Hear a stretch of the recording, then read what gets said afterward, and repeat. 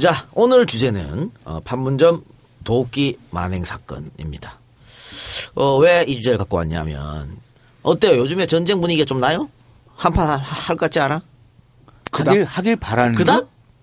제가 예언했지 않습니까? 네. 뭐한가 터진다고 선거 전에 서해 교전이 일어나든가 휴전선에 뭐가 있다든가 있을 거라고. 그래 전쟁 분위기를 더 갖고 갈 확률이 저는 굉장히 높다고 보는데. 그럴 수 있다라고 보는 게 어제 오늘이죠. 북한을 배제하고 미국과 중국이 지네끼리 짜웅을 쳤고 강력한 대북 제재를 갖다가 결의를 했습니다. 우리나라만 줬댔지 뭐. 어제 엊그제 아궁이 녹화가 있었거든요. 근데 핵 문제랑 개성공단 폐쇄 사드 이걸로 했어. 보수 5명, 진보 5명, 10명이서. 아궁이가 분위기가 많이 바뀌었어. 야 방송이 안 되더만 왜? 싸우느라고. 안 돼? 안 돼, 방송이 안 돼. 그 PD가 몇 번이나 이 토론장에 난입해가지고 이러면 안 된다, 이러면 안 된다. 하여튼 진짜 어려워서 아궁이 녹화하면 이렇게 어려운 적이 없었는데 갑수형이 본인은 자기 생각에는 분명히 무력 도발이 한 번 있을 것이다, 북한에. 그리고 박근혜가 계엄을 선포할 거다. 이렇게까지. 근데 분위기가 엄청 막 그랬어요. 당연히 편집들 깔고 막 얘기한 건데. 김갑수 어쨌든. 평론가는 너무 세상을 오래 사셨기 때문에 많은 걸 보셨기 때문에 거기서 그러니까 못 믿는 거야. 박근혜를. 자료가 있어서 그런 거 아니야? 그래서 저도 그러니까 혹시 아닐 수도 있지. 뭐 북한의 도발이 없을 수도 있어요. 없는 게 낫지. 그러니까 그 북한이랑 만약에 도발이 있으면 짜고 친다고 생각하는 거 아니야? 우리하고 선거 때문에. 그러니까. 근데 역풍이 불 수도 있거든. 아마 장고를 많이 잴 거야. 역풍이 불 것인가 안 불 것인가 이런 장고를 굉장히 잴 건데. 그리고 지금 테러 방지법. 네. 테러 방지법 같은 경우에도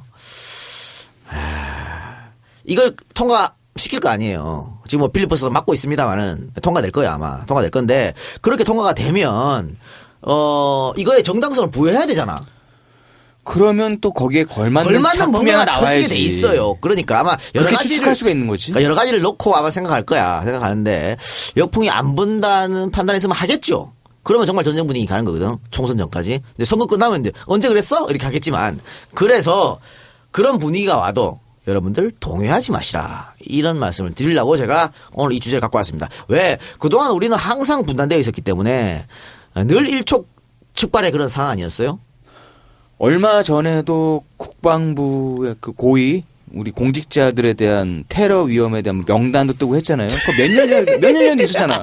김건희에 그러니까. 대한 테러의 그 설도 몇 년에 있었던 거예요. 그러니까요. 늘 일촉즉발의 그런 상황인데 그전에 뭐 휴전선에서 뭐 총 쏘고 이런 것들을 한번 해달라 그래서 한번 하기도 하고 뭐 그런 거 있었잖아. 그러니까 그건 다 선거용이었고 진짜로 전쟁 위기는 딱 3번 있었어요, 한반도에. 94년도에. 그렇지. 우리 94년도 한반도 위기. 불바다론. 클린턴이 미국인들 한국에서 다 빼. 그러니까 진짜 전쟁 위기. 그때 한 번. 그건 우리 방송에서 했으니까 넘어가기로 하고.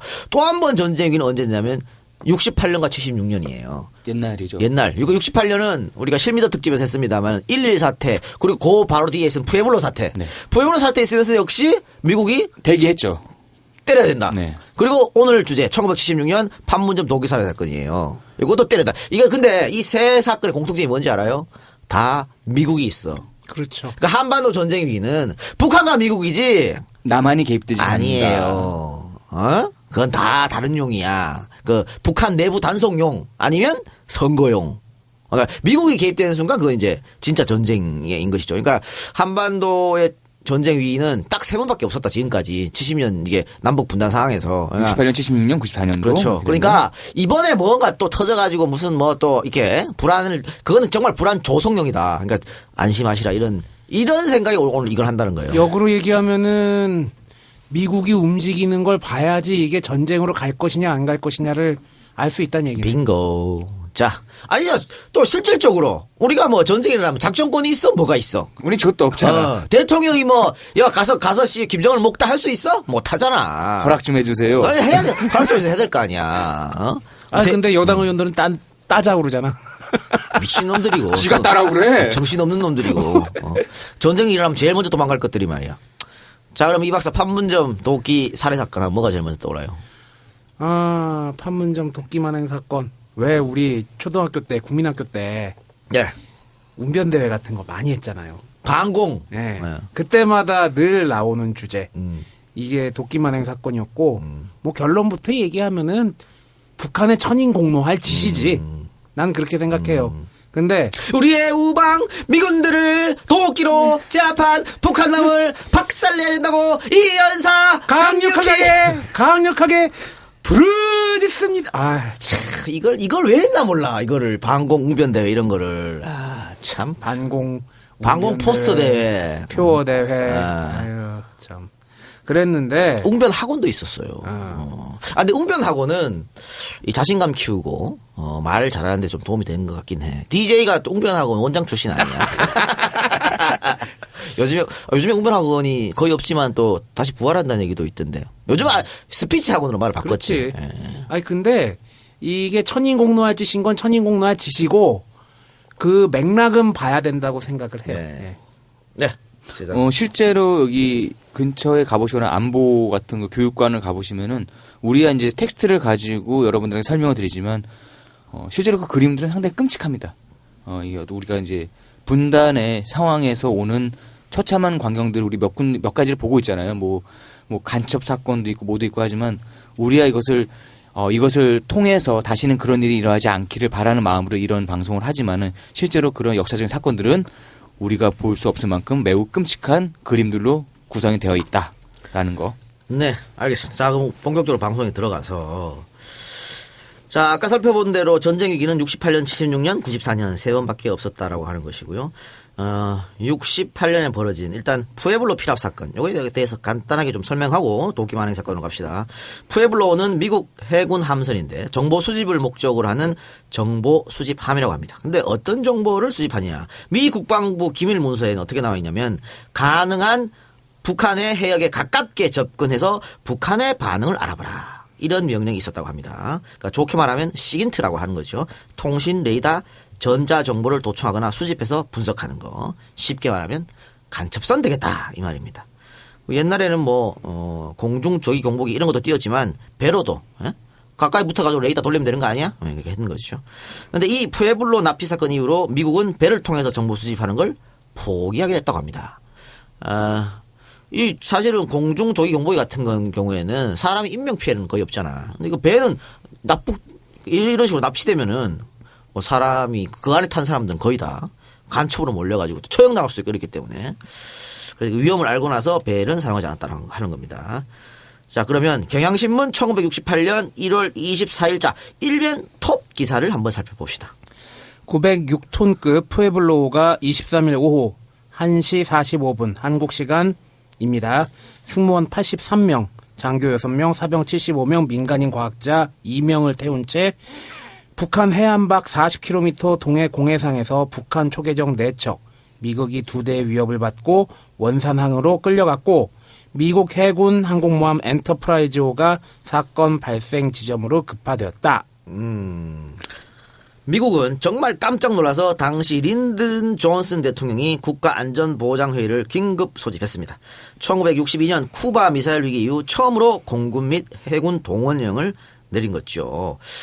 이 박사가 읽은 것처럼 항공모함과 구축함을 급파하고 핵폭탄을 실 수 있는 B-52 전략폭격기와 F-105 전투기 수십 대를 미국과 일본에서 오산과 군산 공군기지로 옮겨갖고 전진 배치했습니다.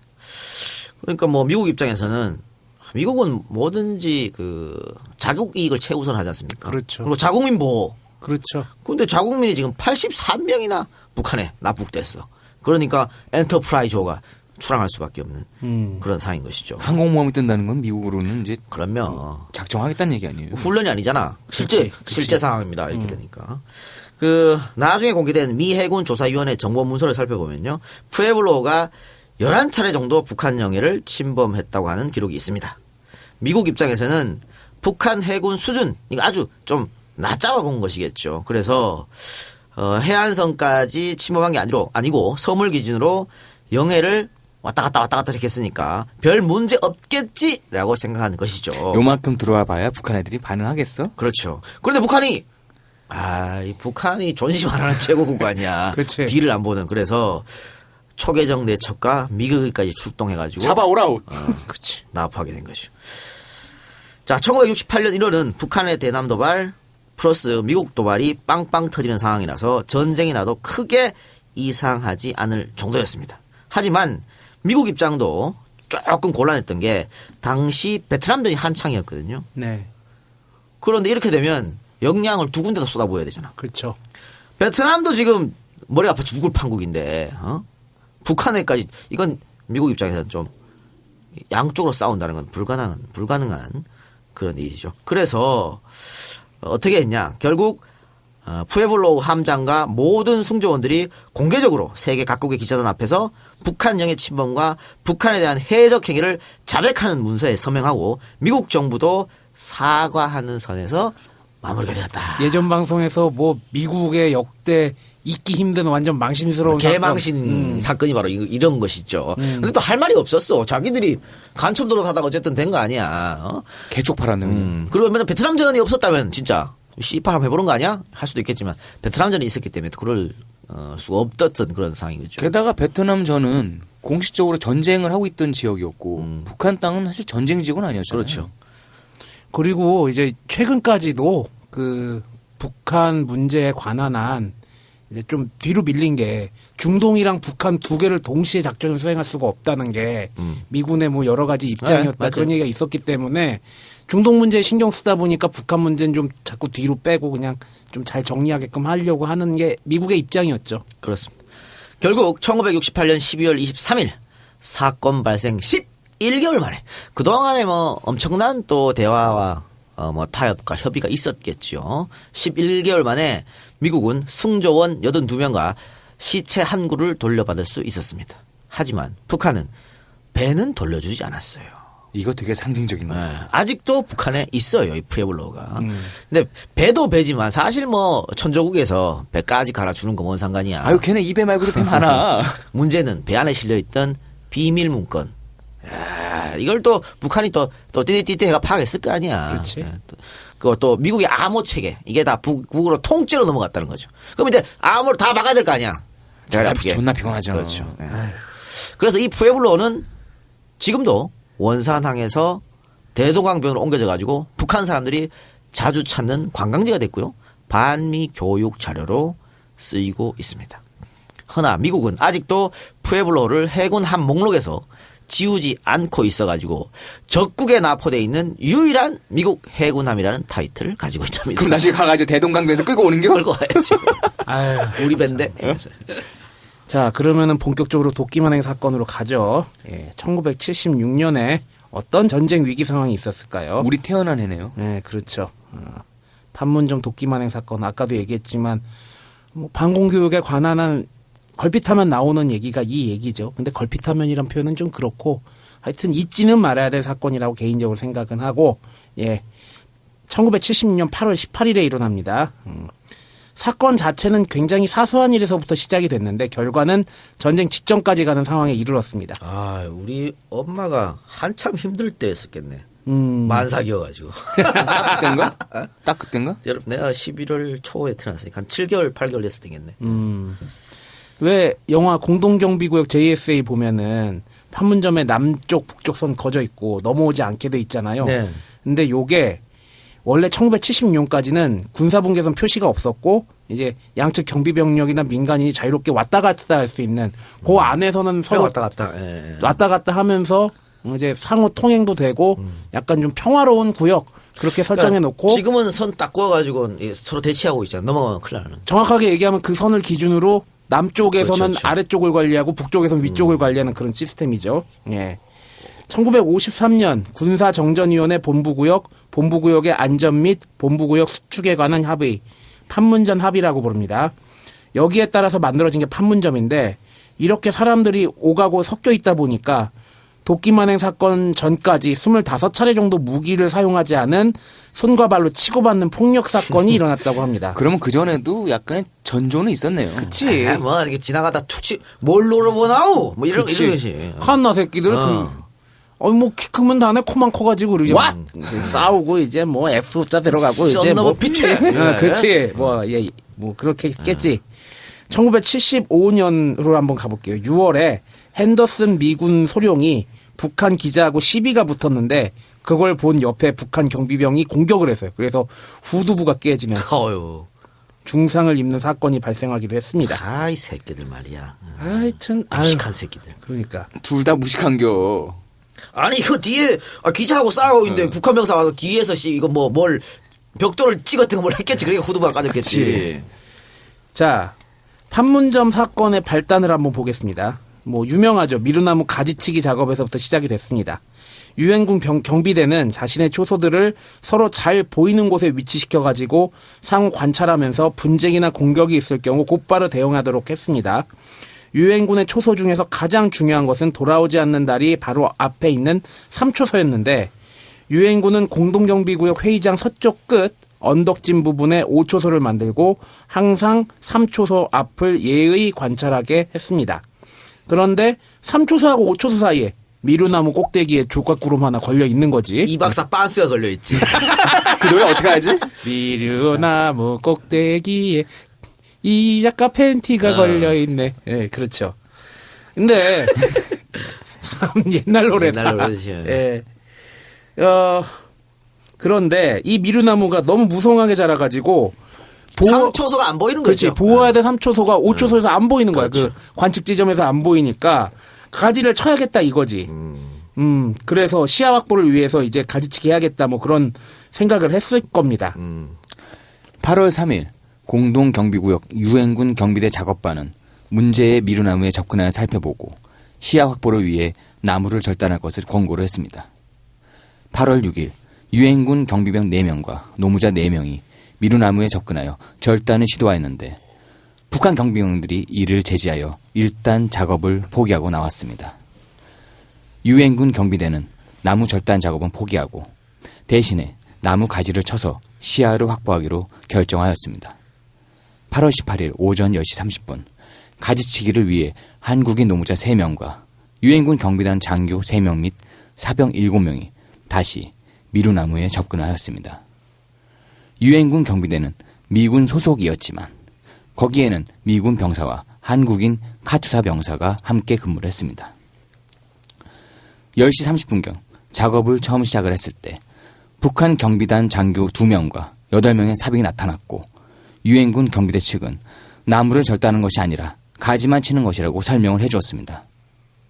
처음에 북한 경비원들은 작업을 특별히 제지하지 않았고 작업을 하는 인부들에게 가지치는 방법에 대해 참견까지 하는 등 별다른 문제가 없었습니다. 아니, 그렇게 치면 안 되지. 아니, 가지 치면은, 나무 죽순에다 그거 치지 말라고 그랬겠지. 그러나 약 20분가량 경과한 10시 47분, 경비단 장교 박철 중위가 나타나 작업을 중지하라고 강력히 요구하면서 계속 작업을 하게 되면 큰일이 날 것이라고 위협을 했습니다. 계속 해보라오. 계속 해보라오. 니네들 목숨이 경각에 달려 있어. 막 그랬겠지. 근데 그랬는데 이거 왜 싸움이 일어났냐면 이런 거예요. 이 미군대 이 보나파스가 씨발 존만한 게 와갖고 자꾸 이런단 말이야. 무시한 거야. 그치. 자존심을 건드린 거지 박철에. 작업 책임자였던 미군대의 보나파스는 이를 보니파스. 개무시하고 보니파스는 이를 개무시하고 작업을 계속할 것을 지시를 했습니다. 무시 안 했으면 일이 안 벌어질 수도 있었어요. 그러니까 내려가서 좀 토킹 어바웃 좀 하고 이래서 저러니까 그리고 전날에 무슨 당직 회의 때 이게 결정이 돼가지고 우리끼리 당직 회의에서 통보가 됐는지 아니면 상호 다 합의가 됐는지 그렇게 된 상태에서 이 작업이 들어갔다 그러더라고요. 곧바로 11시경 30명의 북한 경비원들이 증원되었고 나무 곁으로 모여들었습니다. 박철 중위는 보니파스 대위에게 욕설을 하며 작업을 계속하면 죽여버리겠다고 위협을 했습니다. 갓나 새끼야! 그랬겠지. 보니파스는 나무 위에 올라간 작업 인부에게 작업을 계속할 것을 지시를 했습니다. 그러자 박철 중위는 시계를 벗어 손수건에 싸서 바지 주머니에 넣었습니다. 우리 옛날 선생들 애들 때릴 때 씨발 시계부터 못 잖아. 그치.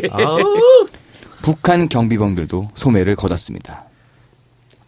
박철 중위가 죽여! 라고 소리를 지르면서 보니파스 대위를 발차기로 가격을 했고 북한 경비병들이 일제히 달려들면서 주먹질과 발길질을 하고 곤봉을 휘둘렀으며 나아가 가지치기 작업에 사용됐던 도끼를 빼앗아서 휘둘렀습니다. 4분가량의 격투가 있었고 그 결과 2명의 미군 장교 보니파스 대위와 마렛 중위는 심하게 맞아 사망을 하게 되었습니다. 이 사건의 장면들은 유엔군 측이 사전에 설치해놨던 카메라로 모두 촬영이 되었고 곧바로 세계 언론에 보도가 되었습니다. 자, 여기서 알려지지 않은 야사 하나. 사실인지 아닌지 알 수 없습니다. 이거는. 네.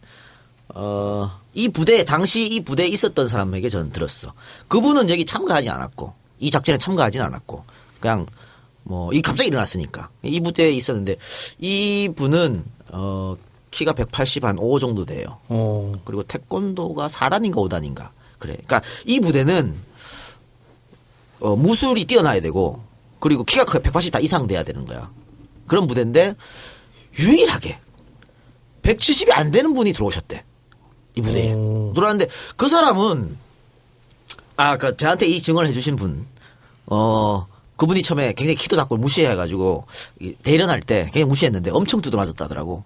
그러니까 키는 작은데 이 사람이 정말 뭐 싸움에는 뭐 날라다니는 사람이야. 그러니까 부대를 입대할 조건이 안 되는데 특별 케이스로 입대한 사람인 것이지. 근데 이분이 이 작은 분이 요 사건이 일어났을 때 이제 막 북한 경비라고 막 싸우고 미군 2명은 죽었고 나머지 미군하고 우리 저 사람들이 이제 우리 쪽으로 넘어와야 돼. 도망오는 사이잖아. 그치.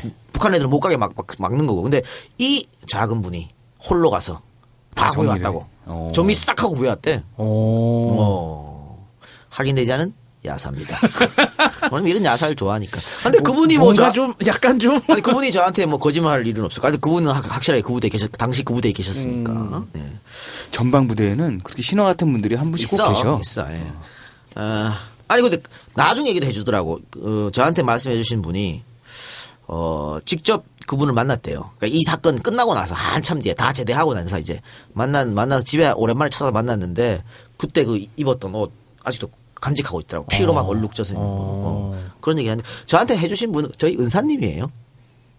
선생님이 나한테 제자한테 거짓말 했을까? 그건 아닌 것 같고. 자, 이 사건으로 미군 병사 2명을 잃은 미국은 즉각적으로 이를 위기 상황으로 규정하고 일단 한반도 주변의 군사력을 증강시켰습니다. 8월 19일부터 그러니까 사건 발생 다음 날이죠. 일본으로부터 F4 팬텀기가 한반도로 날아옵니다. 미국 본토 아이다호주에 있던 F111 전폭기 5개 편대 20대가 8월 20일 새벽 한국에 날아와서 배치되었습니다. 일본 해역에 있던 항공모함 미드웨이호는 8월 20일 오후부터 대한해협을 향해 항해하기 시작했습니다. 8월 19일 유엔군 사령부는 한반도의 데프콘 등급을 한 단계 상향 조정해서 데프콘 3를 발동합니다. 한국전쟁 이후로 데프콘 등급이 상향 조정된 것은 이때가 처음이었습니다. 이 사건은 한국전쟁 이후 유엔군과 국군이 준전시 체제에 돌입한 최초의 사건으로 기록되었습니다.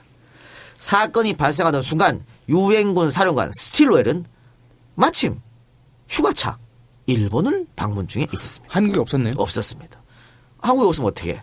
우리는 전차권도 없는데 미 사령관에 의지해야 되는데. 그래서 이 소식을 듣자마자 스틸웰이 빨리 가야 되잖아. 근데 민간 항공기 티켓이 없네. 티켓팅이 안 돼? 안 돼. 그래가지고 전투기 뒷좌석에 타고.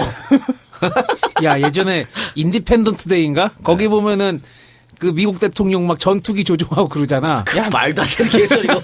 야, 미국 대통령 그 영화에서라도 전투기라 조종하지. 야, 근데 바로 그냥 육군 대장이 바로 그냥 별 4개 달고 있었어. 전투기 뒤에 타고 바로 날라왔다. 뒤에 타고 바로 날라왔습니다. 야. 바로 한국으로 돌아왔는데 스틸웰이 용산의 미 육군 게리슨 영내에 도착한 것은 8월 18일 오후 10시 40분이었습니다. 이때 이미 스틸웰은 3가지 선택지를 놓고 상황 파악을 마친 뒤였습니다. 그 3가지 선택지는 뭐냐? 첫째, 아무 조치도 취하지 않는 것. 참는 거야? 예.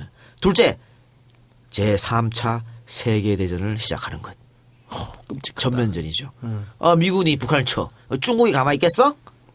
때리다. 그때 당시 소련은 가만히 있겠어? 냉전이었는데. 그죠? 그러니까 3차 대전을 시작하는 것. 셋째, 의미 있는 모종의 조치를 취하는 것. 결국은 세 번째, 의미 있는 모종의 조치를 취했죠. 미루나면 그 문제에 미루나면 잘라내는 작전. 이제 그게 이제 의미 있는 모종의 조치입니다. 이와 함께 본국에 있던 워싱턴 특별대책반은 보복 조치를 논의하고 스틸웰에게 이것을 전달했습니다. 워싱턴 특별대책반에서 작성한 비밀 문서는 북한군 막사를 포격하기 위한 그 계획이 구체적으로 짜여 있었는데 다음은 그 내용입니다. 1반 UTM BT 937043 근처 비무장지대에 위치한 조선인민군 국경경비대 막사를 무력화하기 위한 것임. 목표물 개황 1. 아래 정보는 이전에 한국에서 활동했던 DIA 분석가의 개인 관측에 기초한 것임. DIA는 국방정보국을 말합니다. 2. JSA에서 1.7마일 떨어진 곳에 위치한 개성 육군 병영은 13동의 건물로 구성되어 있으며 막사와 식당, 행정부서가 있음.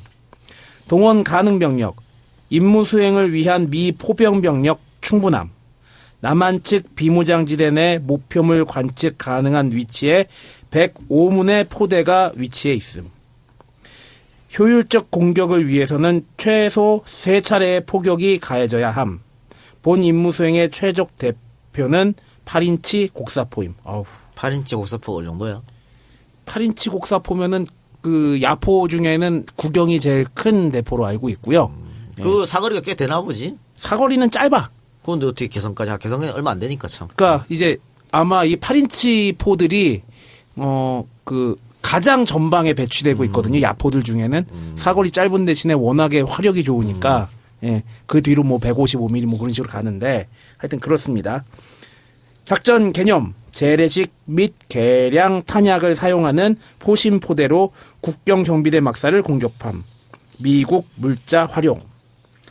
적병력 조선인민군은 목표물 인근에 탁월한 포병을 보유하고 있으며 90mm에서부터 203mm에 이르는 각종 포대로 무장하고 있음. 최소 4대1로 적군 병력이 우세한 것으로 평가됨. 스틸웰은 아까 세 가지 조치 하나 선택하는 걸로 했잖아. 근데 스틸웰 생각과 다르게 본국 워싱턴 특별대책반은 보복해라 이거예요. 그리고 이거를 스틸웰한테 전달했어. 때려. 그리고. 그렇지. 근데 이걸 만약에 때렸을 때 이렇게 지금 개성의 13개 부대를 때렸을 때 북한이 가만히 있겠냐 말이지. 그치. 야포 화력이 북한이 아직도 지금은 잘 모르겠는데 야포 화력이 그때까지만 해도 굉장히 좋았을 거예요. 맞대응하는 순간 전쟁이죠. 그냥 진짜 불바다지. 저 맞대응하는 전쟁이야. 아까 이 박사가 얘기했던 아마 그 처음에 그 비무장지대 근처에 그 아마 좌표가 나왔었죠. BT 937043 이 지역이면은 그 지역에 선전마을 뒤쪽이나 근처에 있는 막사의 좌표가 맞을 겁니다. 왜냐하면 그 옆에 선전마을 좌표가 제가 기억이 맞다면 금암골이 937, 943인가 아마 그 정도 되니까 얼추 그 정도가 맞을 거예요. 네, 좌표가 맞을 겁니다. 제가 여기 근무를 했기 때문에. 여기서 이 작가 나는 몰라. 나는 미 육군 비밀무서인 줄 알았어. 937, 043 정도면은 아마 그 뒤에 있는 그 GP 근처 대응 막사 중에 한 지역이 맞을 거예요. 야 그럼 B팀면 브라보 뭐냐? 그건 정확히 모르겠어요. 앞에는 모르겠는데 하여튼 이 좌표상 지도 좌표는 937이면은 그 BT. 선전마을 그쪽이에요. BT는 브리티시 타바코지 이게 새끼.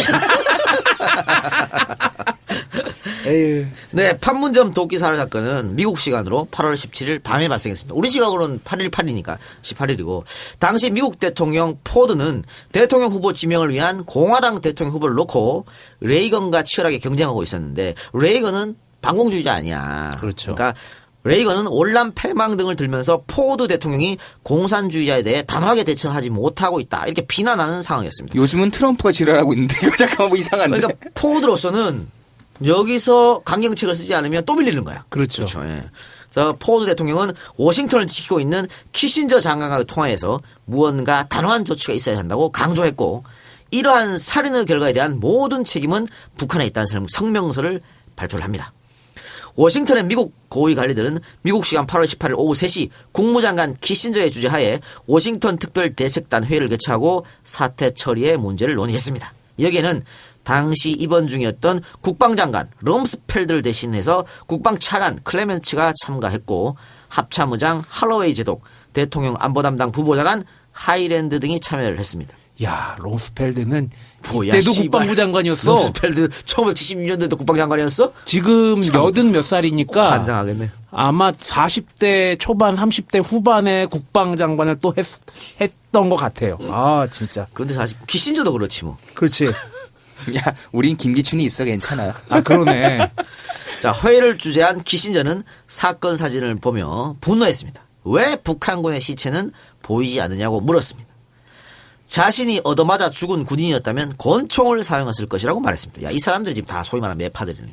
그렇지. 아 그리고 이게 근데 여기는 비무장으로 들어가야 되는 거 아니야?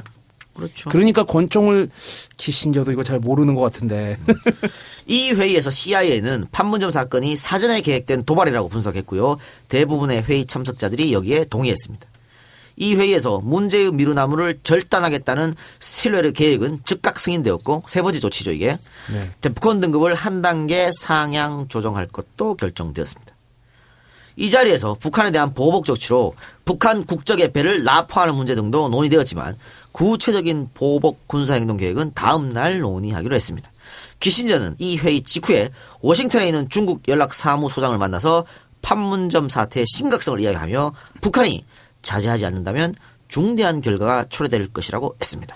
지금이랑 비슷하다. 이것 역시 중국이랑 그렇죠. 논의를 해야 되네. 그럼 아주 구체적인 방안까지 모색을 하고 있잖아요. 이제. 그러니까 북한만 통제할 수 있으면 우리 사드 안 배치해도 된다. 그 한마디에 그냥 싹. 예. 당시 워싱턴 특별대책반은 18개의 고려사항이 들어간 문건을 발표했는데 그 18개, 이거 뭐 비밀문서입니다. 비밀문서인데 그 내용이 뭔지 좀 살펴봅시다. 1. 미드웨이 항공모함을 동해로 발진시켜야 하는가? 어휴. 2. F-111 전투기를 남한에 배치해야 하는가? 이 참고로 F-111은 핵무기 적재 가능한 전투기였어요. 그래서 당시로서는 미군이 보유한 최정예, 가장 최신 기종이었다고 합니다. 얼마 전에 우리나라에 미국의 최첨단 전투기가 랩터가 들어왔었죠. 잠깐 구경하다 갔죠. 3. 남한에서 B-52 폭격기의 폭탄 투하 훈련 비행을 실시해야 하는가? 이건 진짜 때릴 수도 있다는 얘기네. 4. 3번 항에 대한 대답이 yes일 경우 B-52는 공격용 병기를 탑재해야 하는가? 참고로 비행계획 항로는 북한의 지대공 미사일과 한국의 미사일 사거리 바깥이어야 하며 합참은 폭탄 투하를 허락하는 다른 조건도 추진할 것. 5. 합참이 1회 이상의 군사적 응징을 해야 하는가? 6. 합참이 추진 중인 조건 외에 특히 북한이 전시태세를 발령할 경우 다른 군사행동도 취해야 하는가? 7. 전쟁 비상대권법 워파워스 액트 하에서 공식적인 의회 심의를 받아야 하는가? 8. 회의에 어떤 비공식적 심의안을 발의해야 하는가? 9. CIA가 지미 카터에게 브리핑을 해야 하는가? 참고로 지미 카터는 당시 민주당 대통령 후보였습니다. 10. 언제 나토 동맹국들에게 통보해야 하는가? 11. ANZUS, 안주스, 동맹국 및 필리핀, 태국에 통보해야 하는가? 안주스는 미국, 호주, 뉴질랜드 3국 동맹체입니다. 12. 기타 필요한 외교 조치는 무엇인가? 예를 들면 소련, 중국 등에 대한 외교 조치를 말하는 겁니다. 13. 공동경비구역 내 미루나무 가지치기와 관련 다음 세 가지 조건 가운데 어떤 것을 선택할 것인가? 북한의 사전 통보 없이 빠른 시간 안에 진행시킴.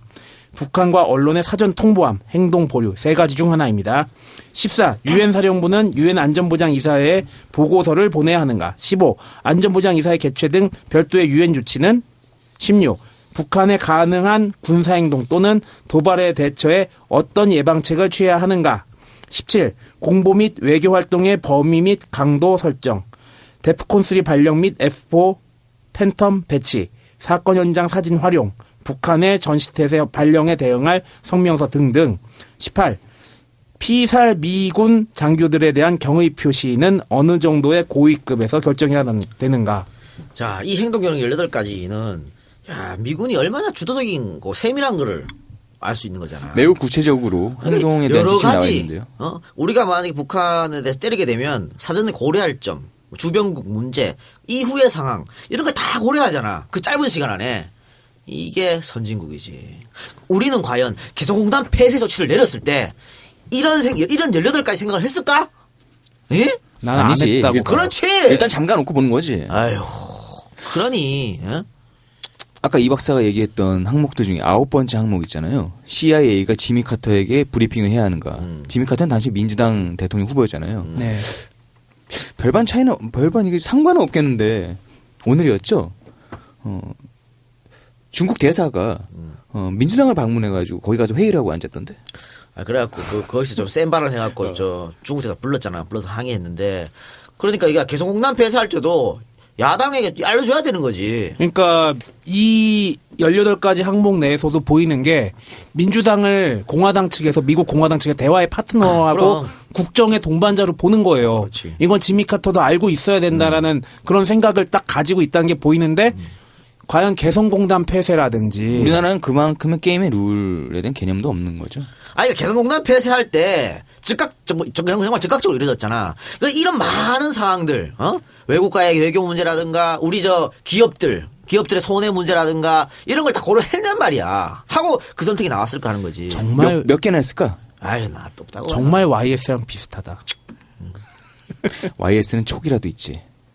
그러네. 이 양반을 보니까 오늘 책상 두드린 것밖에 하는 게 없더만. 그건 나도 잘해. 에휴. 8월 19일 미국은 군사정전위원회 개최를 제안을 했고 반면 북한은 양측 경비 장교 회담을 제안을 했습니다. 결국 양측의 입장을 절충하여 8월 19일 오후 경비장교 회담과 군사정전위가 동시에 열리게 됩니다. 군사정전위에서 미국은 곧바로 유엔군 사령관이 조선인민국 총사령관 김일성에게 보내는 메시지를 전달을 하고 사과와 보상, 관련자 처벌을 요구를 했습니다. 미국의 대처 방식은 1968년 푸에블로 위기 때와 비교할 때 훨씬 강경했습니다.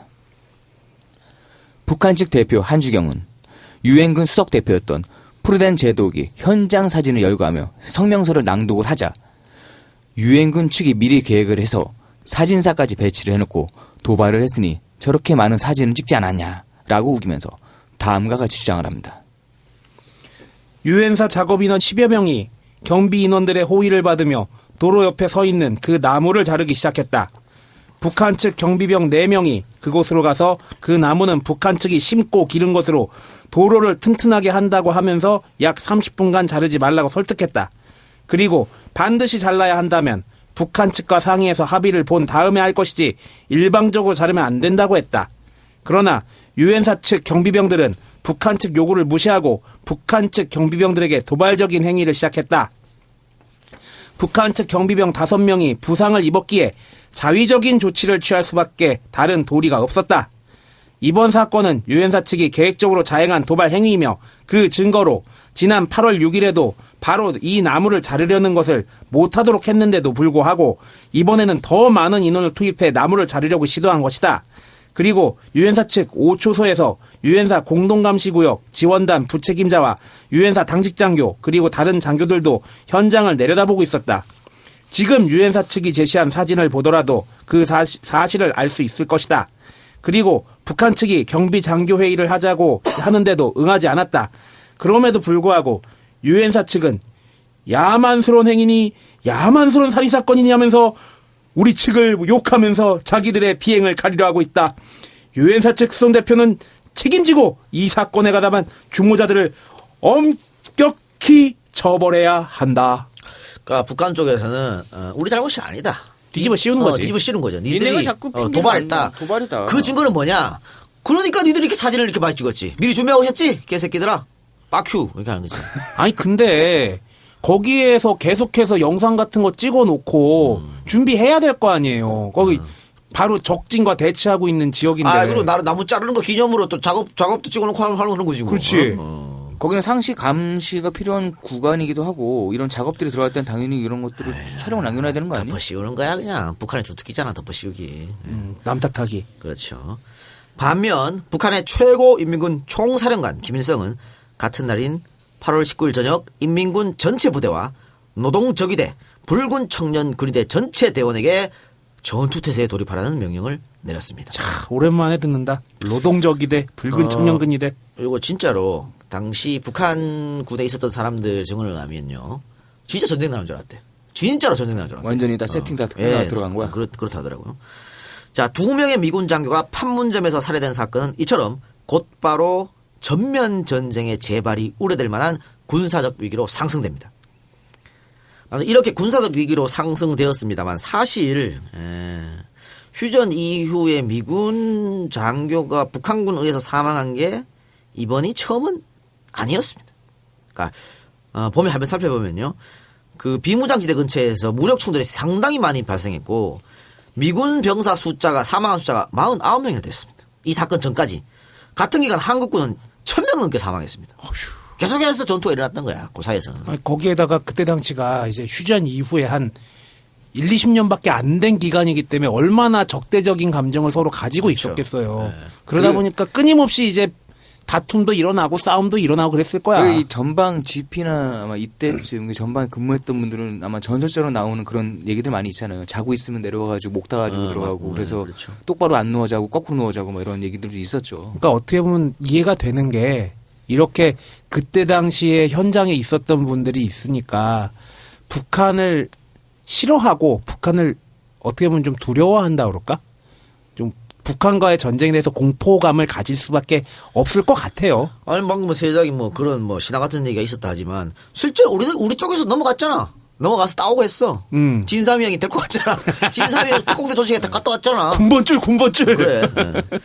특히 1966년 하반기부터 1969년 전반까지 북한은 대남 강경 노선을 피력하면서 대대적인 무력 침투 공세를 벌였는데 이 과정에서 다수의 한국군 병사는 물론 미군 병사도 목숨을 잃었습니다.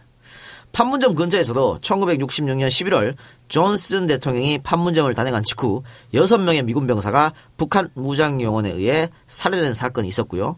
1968년 4월 15일에도 미군 병사가 탄 트럭이 매복해 있던 북한군 무장요원들의 습격을 받아 2명이 사망한 사건도 있었습니다. 이게 일종의 선전전이거든. 대통령이 왔다 가고 이러면 긴장 국면을 조성하기 위해서 뭐 국지 도발 비슷하게 해서 일으키는 거지. 아니 그것도 그렇고 매복을 했다는 얘기 아니야. 미군 병사가 지나가는데 북한군이 매복을 했다는 거 아니야. 나도 뭐 이제 군대 있을 때 매복 작전 나가고 그러긴 했지만 야 이건 살 떨린다. 그러니까 이렇게 많은 사건들이 있었음에도 불구하고 왜 이 도끼 만행 사건이 곧바로 전쟁 위로 상승되었냐. 일단은 민감 지역 판문점 공동경비구에서 사건이 발생했고요. 미군 장교가 그냥 살해된 게 아니고 참혹하게 도끼에 맞아서 사망했다는 거예요. 게다가 그 모든 과정들이나 내용들이 사진으로 기록이 다 돼서 남아있으니까. 굉장히 그 도끼로 처참하게 안면까지 이렇게 했다 그러니 굉장히 처참한 것이죠. 그래서 이걸 이제 미군이 용납하기 힘든 측면이 있었고요. 특히 이때는 베트남 전쟁이 끝난 상태였습니다. 그렇기 때문에 더 한 거죠. 북한의 도발적 군사행동은 방금 말씀드린 대로 그 이전에도 계속되었지만 베트남 전쟁 때문에 미국이 적극적 보복을 생각하기 어려웠던 것이죠. 그때는 여기다 쏟아부을 수가 없었던 없죠. 거죠. 만약에 혹시 그래도 전쟁까지 이어지면은 그러니까 근데 이번에는 전쟁이 끝났기 때문에 여기다 화력을 쏟을 수 있는 거죠. 그렇게 이제 상황이 좀 달랐던 겁니다.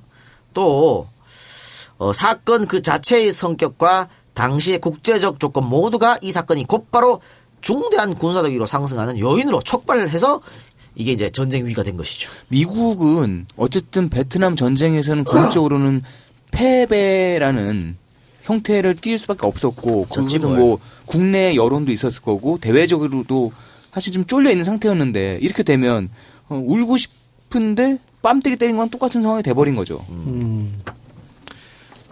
워싱턴 시각으로 8월 19일 저녁과 20일 아침 사이에 미국 고위 관료 사이에서는 미루나무 절단 작전과 함께 추가적인 대북 무력 보복 조치에 대한 논의가 있었습니다. 보복 차원에서 북한 국적의 상선과 경비정을 납치하는 문제, 비무장지대 동쪽 끝을 제한적으로 폭격하는 방안, 판문점 근처 개성에 있는 인민군 막사를 포격하는 방안 등이 논의되었습니다. 만약에 이런 일들이 지금 일어나면은 전쟁이야. 일부 미국 관리들은 응징적인 조치로 미루나무 절단 작전과 동시에 판문점 근처에 있는 인민군 막사를 포격할 것을 제안하기도 했습니다. 그러나 합동참모본부는 이러한 조치를 동시에 진행할 경우 나무절단 작전을 위해 공동경비구역에 투여된 인원을 보호하기 어렵고 포의 숫자 면에서도 유엔군 측이 불리하다면서 강력하게 반대했습니다. 이때 아마 북한군이 갖고 있던 기본 포들이 배치된 라인이 그쪽이 좀 많았죠. 지금 뭐 개성 뭐 어쩌죠 하면서 우리가 안전 장치로 확보했던 바로 그 땅입니다. 거기에 있는 포들이 유엔군 포들보다 많았죠. 그렇지. 또 합참은 나중에 얘기하겠지만 박정희 대통령이 나무자르기 작전을 하되 절대 화기는 사용하지 말 것을 강조한 것을 이러한 작전에 반대하는 이유로 거론하기도 했습니다. 결국 미국이 선택한 방안은 일단 스틸웰의 계획대로 공동경비구역 안에 들어가서 나무를 절단하고 만약에 북한군이 무력으로 대응하면 곧바로 판문점 근처 개성지역의 인민군 막사를 포격한다는 시나리오를 짰습니다.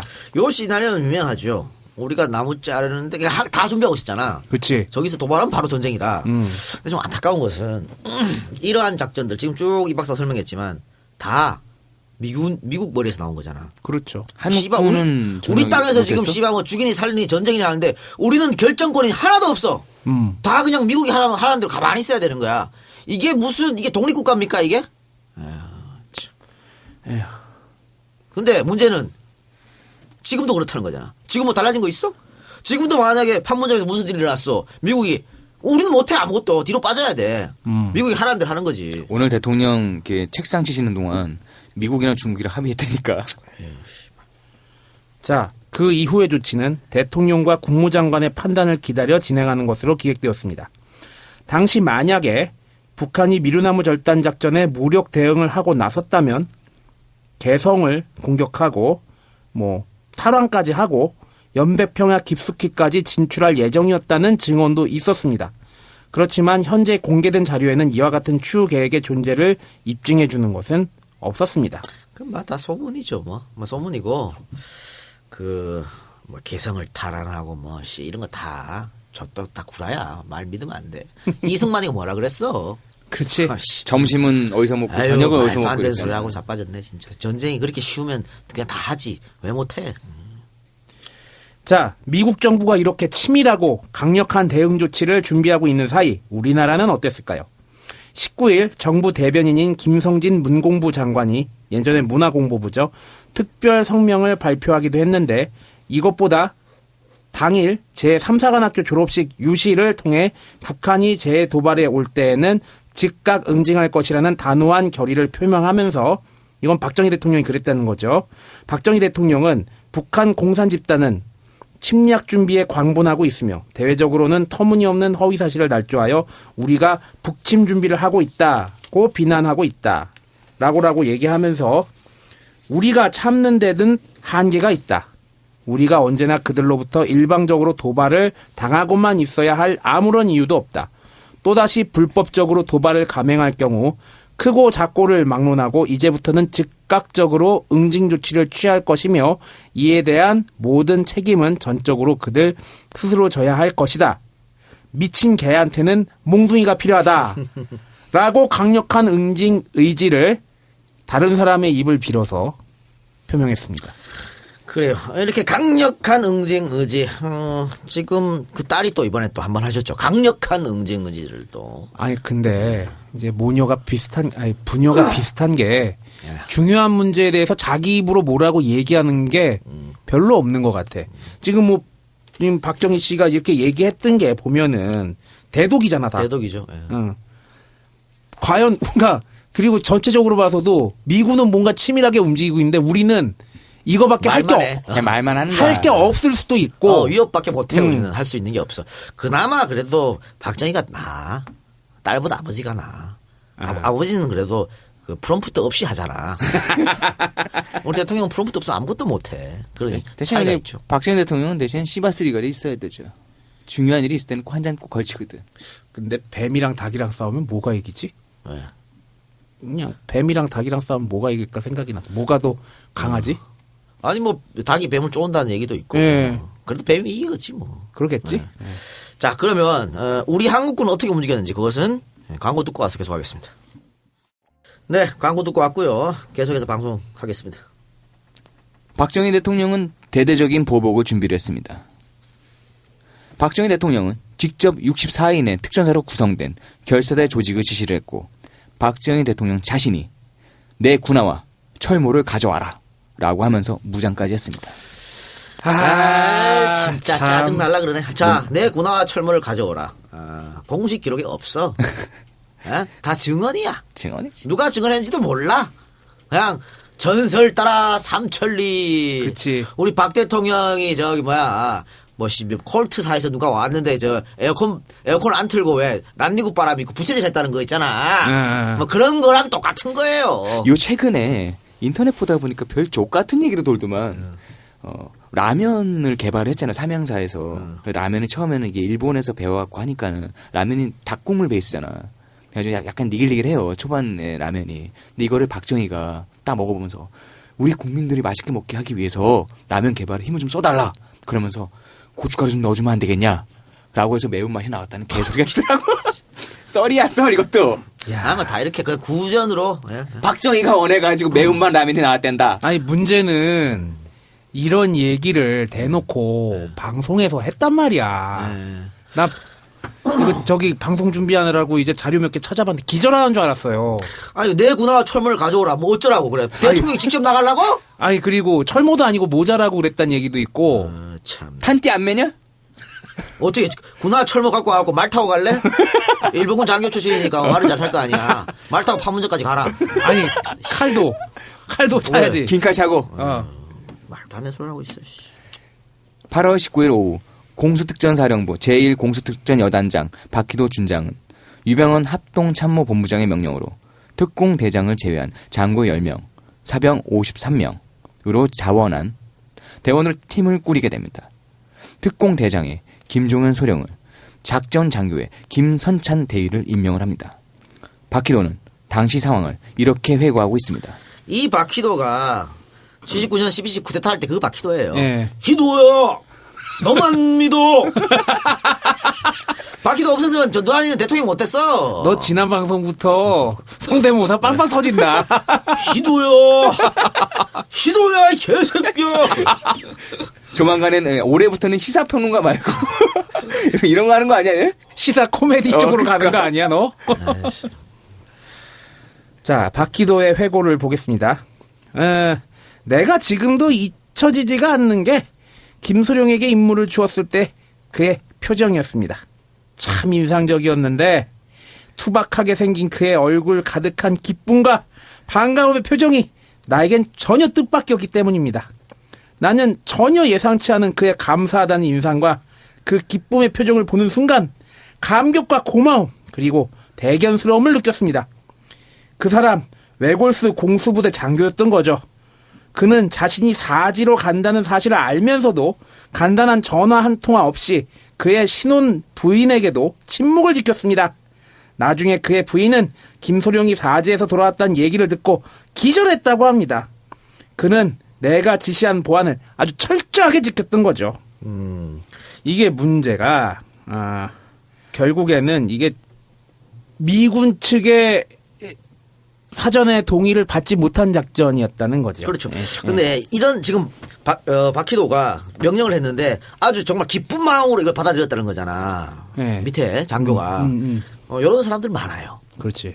저도 군대 있을 때 함께 겪었어. 어떤 사람이? 우리 고종옥 대위라고 우리 중대장인데 우리 부산에 있으니까 뭐 간첩 내려올 일도 없고 아무것도 없잖아요.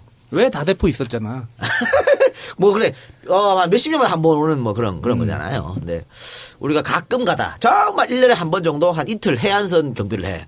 그러니까 원래 있던 애들이 빠지고 우리가 가서 그냥 뭐라 그래야 되지? 그냥 한번 체험이야 체험 삶의 현장이야. 야이씨. 하는데 한 2, 3일 정도 교대로 쓰는데 간첩이나 간첩선이 오겠냐고. 그다 해수욕장이고 그냥 있는데 밑에 애들 막 디스코텍에서 놀고 자빠졌는데 근데 그 산에서 그거를 지켜보는 거거든. 근데 자지 그걸 다 자지. 근데 그 사람 군인이구나. 아유 고종옥대위가 앉아 계속 돌아다녀. 야 우리가 이번 기회에 간첩을 잡아갖고 너는 1계급 특집 포상휴가 가고 나도 완전 미쳤어. 이런 사람들이 있다니까. 야. 말이 되냐고 그게. 그래 소령 진급해야지. 참. 자 이게 문제가 아까도 얘기했지만 미국 측과 합의가 안 된 돌발 행동이었다는 거거든요.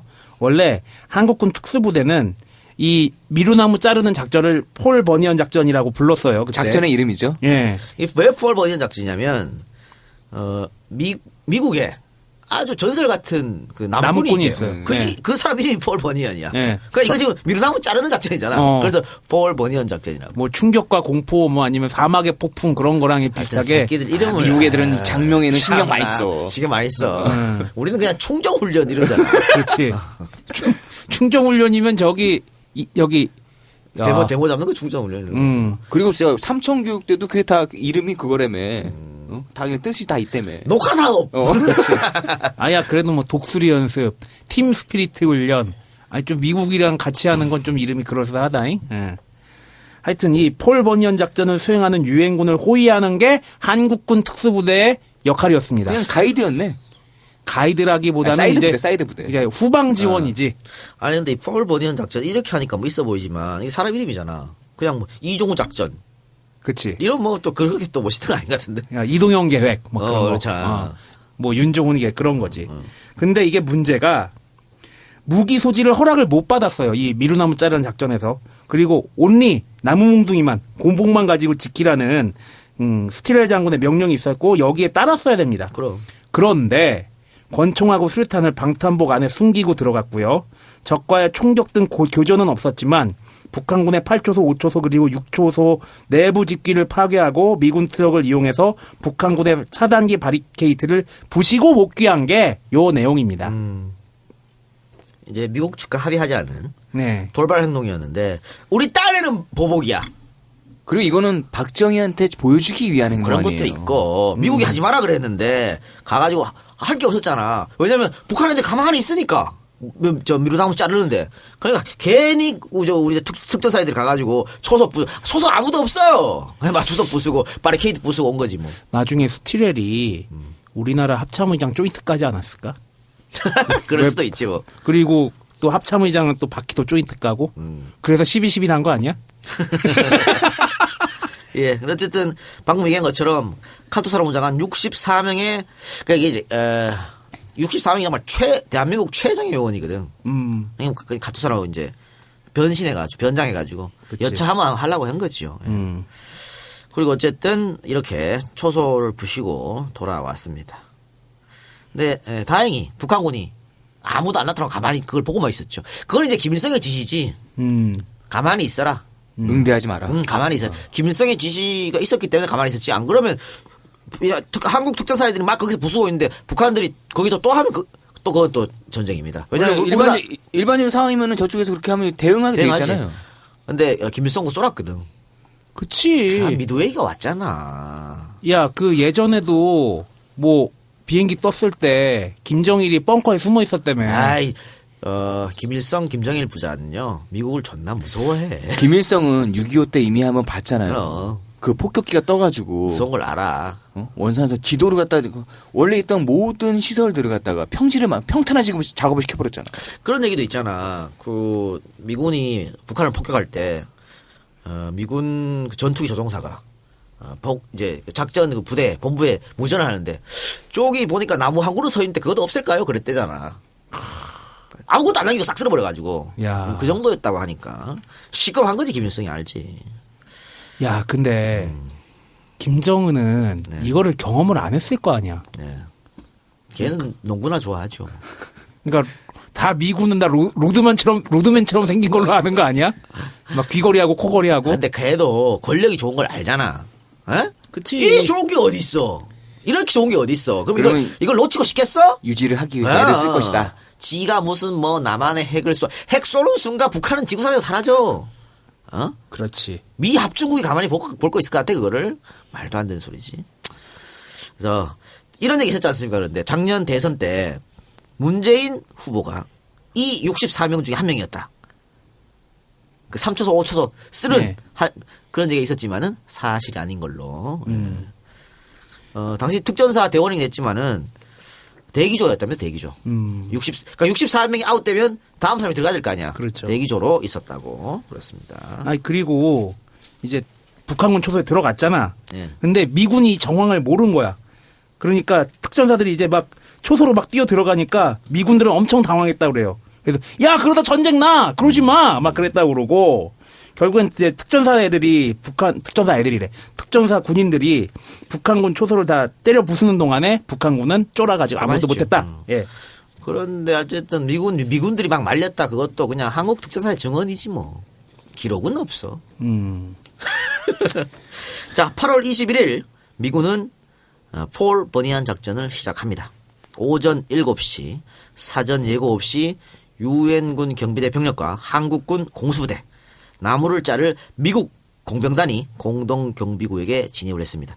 그 맨 처음에 미루나무 가지치기 할 때는 인부들이 갔잖아. 그렇죠. 근데 이제는 공병단이 나무를 자르는 것도 공병단이 갑니다. 왜? 여차하면 뭔 일이 일어날지 모르기 때문에 그런 것이죠. 민간인이 들어가면 안 되는 거지. 이에 앞선 21일 오전 6시 48분 그러니까 작전이 시작되기 20분 전입니다. 비에라 중령이 지휘하는 태스크포스 팀이 키티 호크 기지를 출발해서 폴 보니언 작전이 시작된 거죠. 소총 부대를 태운 20대의 헬기와 지상군을 지원하는 중무장 헬기 7대가 임진강과 비무장지대 일대 상공을 선회하면서 무장 시위를 했습니다. 북한이 쫄 수밖에 없지. 야, 저 봐봐라. 앞에는 저기 그냥 와서 특전사 온 것 같은데 저 뒤를 보니까 그래. 저 뒤를 보니까는 헬기 더더더더 돌아다니고 헬기 27대가 지금 날고 있잖아 지금. 다다다다다. 뭐라면 정글 아니야. 야, 그 이 미루나무 자르는데 아휴. 그렇죠. 왜냐면 그건 김일성이 쫄지. 자, 비에라 팀의 선두위원들은 곧장 미루나무로 다가갔습니다. 7시 2분 무술 유단자로 구성된 한국군 특전대가 곤봉으로 무장하고 공동경비구역에 진입. JSA 소대 지원 위치에 자리를 잡았습니다. 공동경비구역에 진입하여 5분이 경과했을 무렵 유엔군 측은 전화와 현장의 핸드마이크로 유엔군이 나무를 절단할 것이며 작업반이 공격을 받지 않는 한 어떠한 과격행위도 발생하지 않을 것이라고 북한군에 통보를 합니다. 그리고 유엔군 병사들은 계획대로 나무를 절단하고 북한군 초소 앞에 설치된 차단기를 제거하는 작업에 들어갔습니다. 작업이 진행되는 동안 공동경비구역 주변에는 유사시에 대비하는 병력이 배치되어서 삼엄한 긴장 상태를 여출했습니다. 한반도의 하늘에는 헬기 27대 이외에도 추가 지원된 미군 F-4와 F-111 전폭기들과 한국군 F-5 전폭기가 계속 하늘을 돌고 있었습니다. 미루나무 절단 작전은 예상보다 지체돼서 40여 분이 소모되었고 병력은 곧바로 공동경비구역을 빠져나옵니다. 북한군은 자기가 보고 있는 화면만 봐도 특별히 김일성의 지시가 없더라도 못 움직였을 거야 아마. 좋됐다 씨발. 야, 미군한테 죽느냐 김일성한테 죽느냐 둘 중에 하나네. 좋됐다 이렇게 되는 거지. 자, 북한은 사태를 해결하기 위해서 즉각 반응을 보였습니다. 폴 버니언 작전 직후 8월 21일 오전 11시 북한은 급하게 군사정전위원회 수석대표 간의 비공개 회의를 요청했습니다. 그리고 미국은 이것을 받아들였죠. 이 자리에서 군사정전위원회 공산 측 수석대표 한주경이 김일성의 성명서를 전달했습니다. 김일성은 사고에 대해서 유감을 표명했고 우리 측은 절대로 먼저 도발하지 않을 것이나 도발이 발생하면 자위적인 조치를 취할 것이다 라고 했습니다. 그리고 양쪽 모두의 책임이 있다는 듯이 얘기도 했었죠. 미 국무부는 8월 22일 김일성의 유감 표명에 대해 사건에 대한 책임을 인정하지 않았기 때문에 수락할 수 없다고 발표했습니다. 그러나 미국 정부의 온건파 관료들은 김일성이 유감을 표명한 것도 이전까지 없었던 일이고 이를 접수하지 않고 계속 강경하게 대처하면 이후 사태를 해결할 뚜렷한 대안이 없다고 강경파를 설득했습니다. 하여튼 모든 문제는 이 강경파 새끼들 때문이라는 거야. 이 매파 새끼들. 그치. 아유. 지 목숨 걸고 싸울 것도 아니면서. 그러니까 이거 봐 어쩌라고 이렇게 김일성이가 사과했는데 받지 마 뭐 어쩌라고 그러면은 저 새끼들 한판 하는 거야? 붙어? 지금도 우리 정부도 마찬가지잖아요. 우리 정부 지금 통일부 장관 이렇게 강경하게 나가고 싶어하는 사람이 아니야. 근데 청와대에 있는 그 군 XX 새끼들이 계속 강경하게 하니까 따라가는 거 아니요. 뭐 어쩌라고 그래가지고. 그 와중에 하태경이 같은 애들은 헛소리 하고 앉았고. 에휴.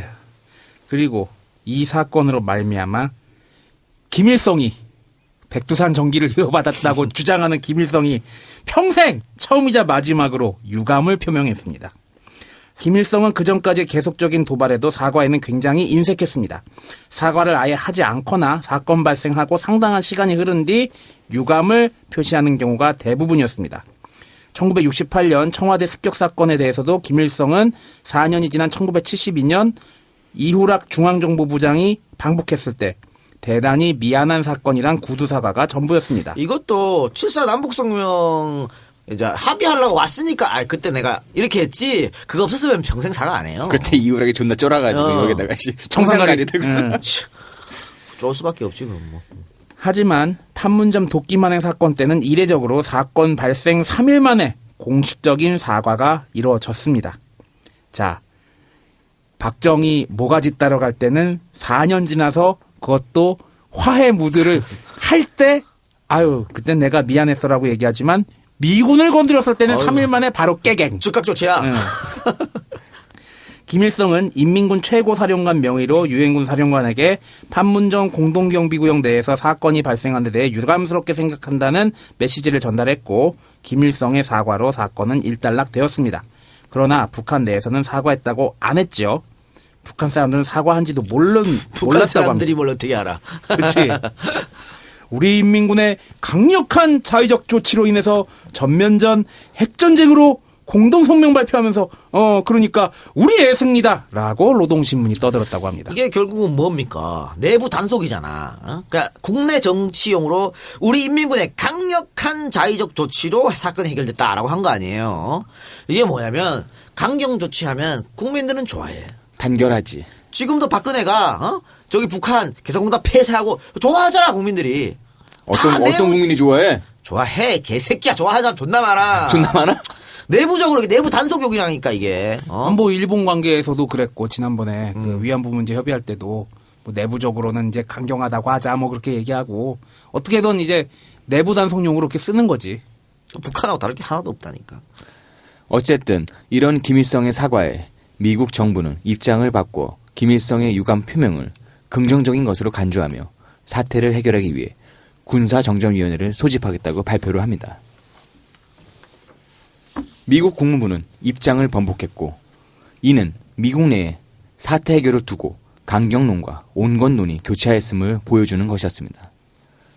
8월 25일 군사정전위원회 384 회의가 시작되고 양측은 협상으로 사태를 마무리 짓는 것으로 가닥을 잡아나갑니다. 이 회의에서 미군 측은 가해자 처벌 및 재발 방지를 요구를 했고 북한은 유사 사태의 재발 방지를 위해 공동 경비구역을 양분하고 양측 경비대 병력이 상대방 지역에 들어가지 못할 것을 제안을 하게 됩니다. 이러한 제안은 사실상 유엔군 측이 일찍부터 주장하던 바였습니다. 8월 28일 군사정전위에서 유엔군 측은 이전의 요구를 반복하면서 남쪽에 있는 인민군 초소의 해체를 보장을 한다면 북이 제안한 공동경비구역 분할안을 논의할 수 있다라고 했습니다. 8월 31일에서 9월 6일까지 양측 비서장 회의가 6차례 거쳐 진행이 되고 그 결과 판문점 합의가 보충 규정을 두는 형식을 가지고 개정이 되었습니다. 이에 공동경비구역 내에도 군사분계선 표식문이 세워지고 양측의 군인들은 그 선을 넘어가지 못하도록 되었으며 군사분계선 남쪽에 있던 북한군 초소들도 철거되었습니다. 결국 2명의 미군 병사가 살해되면서 발생하게 되었던 한반도의 군사적 위기는 판문점 합의의 개정으로 일단락을 지게 되었습니다.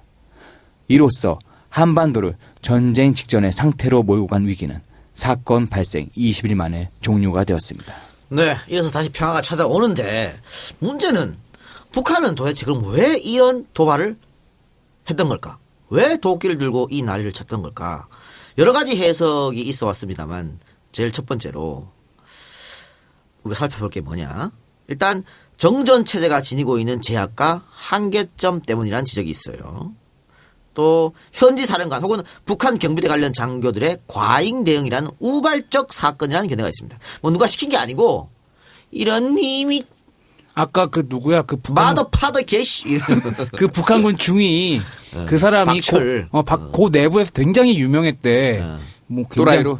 또라이에다가 굉장히 강경하고 욱하는 성격 강하고 그러니까. 그런 걸 되게 유명했대요. 그러니까 지도 이게 사태가 이렇게 발전할지 모르고 어이 갓나 새끼들 그리고 냅다 그냥 후려쳤다가 이 양키 고홈 개씨 이렇게 하는 거지. 그리고 기간 동안 그 지역 전선에서 비슷한 류의 상황들이 계속해서 발생을 했기 때문에 왜 그러잖아. 모든 일은 다 그 전에 아니 똥도 한 번에 싸는 게 아니잖아. 방울이 여러 번 끼다가 똥이 터지는 거 아니에요.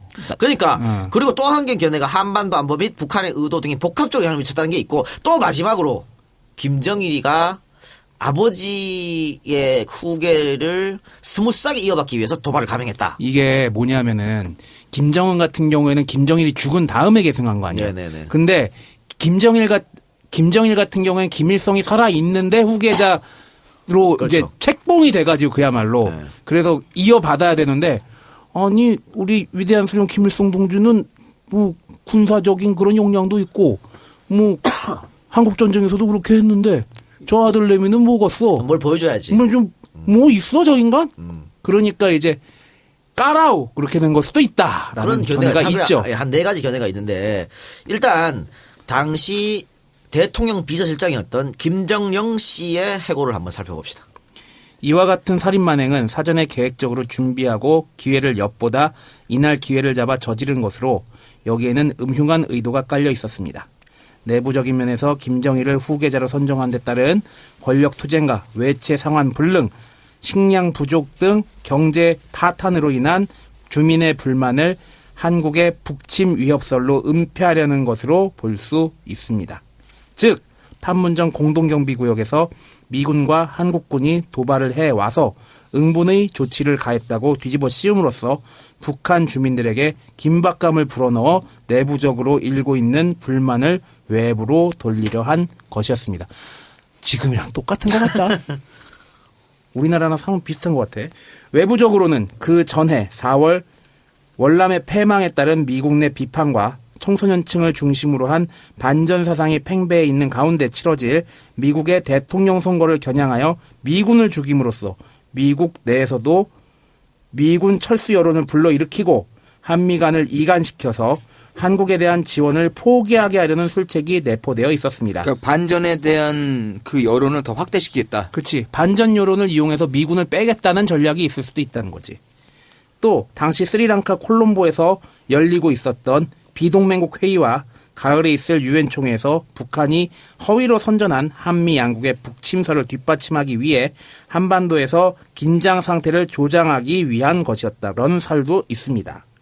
그래서 이를 통해 유리한 정세를 조성하는 한편 미국과 직접 대화할 수 있는 기회를 마련해서 이른바 대미 평화협정 체결을 추진하고 나아가서는 미군 철수 주장을 관철해 보려는 음흉한 술책이 내포되어 있었습니다.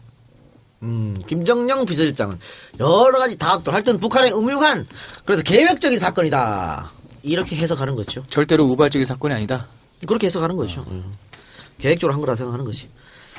또 북한은 휴전협정의 당사자인 미국과 협상을 통해서 평화협정으로 대치하기 위해 끊임없이 계획을 세우고 이를 실천해 왔는데 이게 뭐냐면 최근의 핵실험 또 미사일 발사 이게 이런 맥락인 것이죠. 그러니까 한번 저도 언급해드린 것 같은데 북한이 막 이렇게 하는 거는 결국은 미군 보고 우리 안전 보장해달라 그거 목적이거든. 우리 3대에서 인정해달라 이거거든. 그러니까 그걸 그렇게 하려면은 이 도발을 해갖고 협상장에 끌어들인다. 이 생각인 것이죠. 그러니까 북한의 시선은 늘 어디 꽂혀 있다? 미국. 아메리카에 그렇지. 대한민국 별로 신경 안 써요. 근데 우리는 그걸 모르고 자꾸 이상한 짓을 하고 자빠졌으니. 또 북한 내적으로는 지금 우리 상황과 비슷할 수 있을 것 같은데요. 당시 5.1 쇼크가 있었잖아요. 네. 그래서 북한의 대외 무역이 격감합니다. 그리고 식량 문제와 세습 문제까지 내부적인 불화가 끊이지 않았으니까 이것을 타개할 수 있는 방법은 외부적인 사건을 통할 수밖에 없는 것이죠. 그래서 불안감을 주어가지고 체제를 결속하는 노림수. 딱 우리 상황이랑 비슷한 그런 거. 자, 경제 위기 그리고 대출 문제 그리고 세습 문제까지. 아유, 그러니까 똑같잖아. 얼마 전까지도 북한의 그 권력 구조에서 여러 가지 또 설들이 많이 있었잖아요. 권력 몇 위에 있던 사람이 갑자기 사라지고 교통사고 나고 이런 것들도 어떻게 보면 맞춰보면 사실 그림이랑 그렇잖아. 우리가 해석하기 나름이니까. 자, 그러면 이런 방금 제가 했던 주장 이거는 뭐 우리의 생각뿐만이 아니고 실질적으로 이런 주장을 하는 사람이 있습니다. 1976년 9월 하순경 북한 노동당 중앙당 연락부 정치공작원으로 난파된 김용규라는 인물이 자수를 했는데 판문점 도끼 살해 사건 이후 남한 정세에 관한 정보를 수집해오라는 명령을 받고 내려와서 자수를 했습니다. 이 사람이 어떤 증언을 했는지 한번 살펴봅시다. 8월 18일 사건 후 국회는 모든 정규군과 비정규군의 전시 사태를 선포하고 전국적인 등화 간제 및 주요 부서의 후방 소개를 단행하는 한편 30만의 평양 시민을 각 지방으로 분산 소개해 전쟁 준비를 서둘렀다. 공장들은 군수품 생산에 주력하여 생활 필수품의 품귀 현상을 빚고 있다. 경제 상태는 극도로 악화되어 있고 이로 인한 긴축 재정으로 주민들은 비참한 생활을 하고 있다. 과다한 군사비 지출과 김일성 우상화를 위한 해외 선전비 지출, 극심한 무역 적자 등으로 외화도 매우 부족한 상태에 있다. 식량은 8월 18일 이전에는 15일 분씩 지급했으나 8월 18일 이후에는 1일 배급제를 실시하고 하루에 600g의 배급량 중에서도 한 달에 4일분은 전쟁 비축미로 공제하고 있다. 김정일이 김일성의 후계자로 등장한 후 모든 직장과 기관 및 학교, 유치원에서는 일과 시작 전에 김일성과 김정일 사진 앞에서 선서식을 하고 전쟁 준비를 구실로 하루에 12시간에서 16시간의 노동을 강요하고 있다. 김일성은 족벌 정치와 유일체제의 조직적인 통제, 인간 존엄성의 유린, 노동시간 연장과 혹사, 생필품의 부족과 저임금, 평양 시민의 농촌의 강제 이주, 결혼 연령 및 여행 통제 등을 자행하였는데 이것이 특히 북한 주민들의 불평 요소이다. 뭐 이런 여러 가지 이유 때문에 도끼발행 사건을 일으켰다. 또 이런 주장이 또 있는 것이죠. 자, 그런데 아까 얘기했던 또 김일성의 주장, 그러니까 김정일이 시켰다는 주장이 있어요. 이건 뭐냐면 이것도 역시 고위 간부 출신 탈북자가 이야기한 겁니다. 김정일이 후계자로서 체제를 구축해 나가는 과정에 있었는데 김정일이 미군이 미루나무 가지치기를 한다는 보고를 받고 고이 조선 사람의 본때를 보여주라오. 단 남조선 노무자들은 건드리지 말고 총 쓰지 말고 양키 놈들에게 본때를 보여주라오. 라고 지시했다고. 예. 예, 이걸 이제 고위 탈북자가 증언을 했는데요. 저는 탈북자의 증언은 반은 믿고 반은 믿지 않아요. 요즘 탈북자 엄청 많이 나오잖아. 탈북자들은 이쪽으로 왔기 때문에 이쪽 체제에 당연히 입맛에 맞는 얘기를 할 수밖에 얘기를 할 없잖아요. 수밖에 없죠. 그게 또 하나 있고 또 탈북자들이 말이야. 와 탈북자들이 뭐 쟤네들 뭐 미군 이게 북한군 뭐 대위 출신도 오고 또 그냥 일반 뭐 대학생도 오고 막 오잖아. 근데 그 사람들이 와서 뭐 종편에 나가 증언하면 뭘 증언해요? 북한의 최상위층 로얄 패밀리를 막 증언해. 그렇지. 뭐 니들이 어떻게 아냐 로얄 패밀리를. 김정은이 몇 명을 끼고 놀았네. 뭐 어떻게 그런 얘기들. 아냐고. 어? 뭐 전혀 몰라. 그게 말이죠. 예전에 냉전 시대가 한참 팽배할 때 저기 뭐 전투기 타고 내려오거나 계급이 좀 있거나 내지는 김만철 씨처럼 일가족이 내려와서 상징성이 있거나 이래야 되는데 상정급은 돼야지. 아니 지금은 탈북자가 너무 많아요. 예전에 그 정복과에서 이제 빨갱이들 우리 학생 운동권들을 잡아 족치던 사람들이 정복과 형들이 요즘 뭐해? 탈북자 관리한단 말이야. 요즘은 탈북자 너무 많지. 비유하면은 세작이 북한에 끌려가서 선전을 하는 거야. 박근혜 대통령이 누구의 애를 낳았다더라라는 그런 말도 안 되는 얘기하는 얘기를 거야. 그런 얘기 하는 거랑 비슷하다고 봐요. 어떻게 하냐고 얘가. 얘가 어떻게 알아? 청와대 생활을 씨발 어떻게 알아. 가서 막 얘기하는 거지. 구라치는 거야. 박근혜 대통령 7시간 동안 막 얘기하는 거야. 그렇지. 그 말이지 뭐. 어. 이 사람들이 와갖고 잘 모른다니까 북한 상위층 생활을 어떻게 하냐고. 그것도 로얄 패밀리들을 들어본 적도 없어 이 사람들은. 이 사람들한테 믿을 수 있는 건 냉면이 어디가 맛있냐 요 정도는 믿을 수 있겠지. 야, 우리가 무슨 이건희가 뭘했네, 이재용이 뭘했네, 뭐. 아니 우리는 그래도 보도를 보고 알잖아. 북한에 보도가 있냐? 이 사람들이 TV 보고 북한 뭐 김일성이 상을 알아? 북한엔 찌라시가 있을까? 아니 모르다니까. 모르는데 여기 넘어와가지고 막 자기가 본 것처럼 말하잖아. 대신에 이제 그건 이제 종편 같은 거 가끔 이제 보다 보면 재밌잖아요. 이제 TV 조선 이런 데 보면은 북에서 뭐 내래 지금 왔어요 뭐 이런 프로도 있잖아. 보면은 이제 얘들을 갖다 쓸 수 있는 게 얘들의 학력이 김일성 대학 뭐 김책공대 요런데 다니던 애들이니까 그거 보고 얘기하는 거지. 아, 저기 졸업증명서 떼오세요. 아니 그런 일상생활 얘기는 하라고. 누가 뭐라 그래? 일상생활 얘기는 자기가 보고 듣고 경험했던 얘기 일상생활 하면 되지. 근데 와서 무슨 뭐 고급 정보 막 이야기하고 나 그게 짜증나는 거예요. 네. 저도 그분들하고 방송을 많이 했잖아요. 네. 회식할 때 뭔 말이 그 사람들 오가는지 알아? 지금 자기들끼리 욕해. 네가 어디서 알고 한 얘기야 그거. 있지도 않은 얘기 막 한다고. 내가 충격적인 거 들었어. 남한에 와서 남한 언론을 듣고 알고 그 얘기를 자기가 한 것처럼 한다는 얘기를 하더라고. 뭐 하는 짓이냐고 그게. 그러니까 이런 사람들 이용하는 종편도 나쁜 놈들이야. 무슨 북한에서 저기 한의사 좀 했는데 한의사 했다 내려온 양반한테 김일성 식단을 물어봐. 그걸 어떻게 하냐고 그 사람. 아니, 나는 종편 작가들은 참 위대한 것 같아. 아니 지금 나와서 활동하는 중에 강명도라고 있어요. 네가 존나 시원하잖아. 근데 강명도는 인정해 내가. 거긴 로얄 패밀리 사단이었으니까 높은 데 있었어. 그러니까 그 사람은 그 생활을 증언할 수 있어. 그러니까 이 정도 급 때문에 내가 말하면 상관없다니까. 근데 다 무슨 개나 소나 다 나와가지고 무슨 뭐 김일성이 김정일을 바로 옆에서 본 것처럼 딱 거짓말이지 그거. 그러면 안 된단 말이야. 그러니까 안타까운 거죠. 그걸 또 종편에서 이용해가지고 이게 종편에서 이용하기 좋은 게 뭐냐면 이거는 명예훼손 고소 고발 당할 일이 없잖아. 그렇죠. 그래서 무슨 뭐 5.18 저 광주 민주화 운동 때 북한군이 들어 이 막말 하는 거야 이렇게. 근데 명예훼손 고소고발 안 하는데 가끔 이제 푸슝푸슝 이거 나갈 수가 있지 이제. 그러니까 그러지 맙시다. 야, 사실하고 너무 다르면은 브라우닝 권처럼 빵빵 이것도 안 할 수도 있어. 쟤네 어. 뭐 하는 거야? 그럴 수도 있고. 또 강명도 씨 같은 경우에도 지금 넘어온 지 20년 됐어요. 이제 까먹었겠다.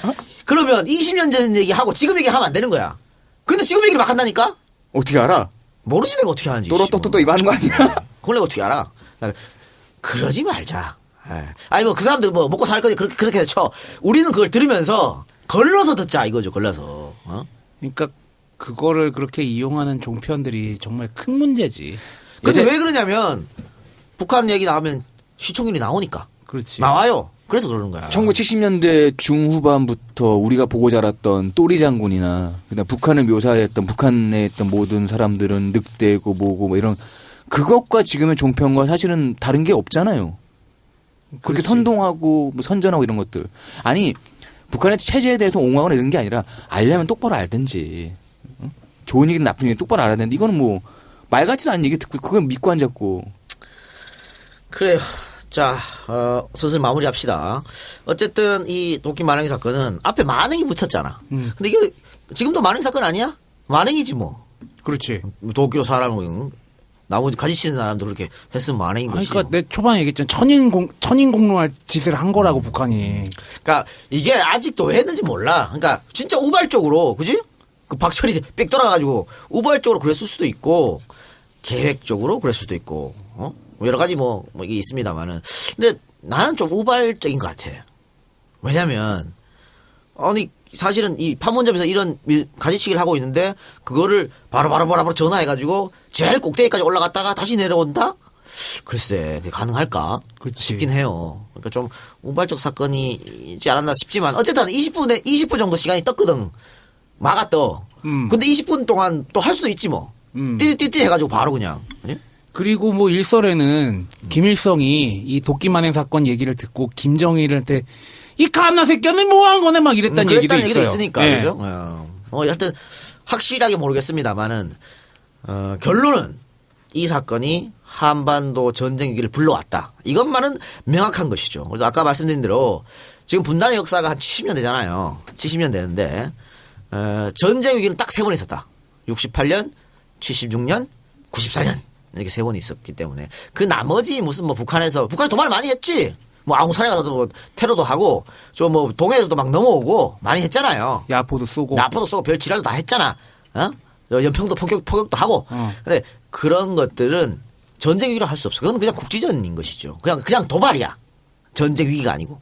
그러니까 전쟁 위기는 이 세 개밖에 없었는데 걱정되는 거는 이번에 뭔가 하나 도발이 터졌는데 그걸 전쟁 위로 몰고 가지 않겠는가.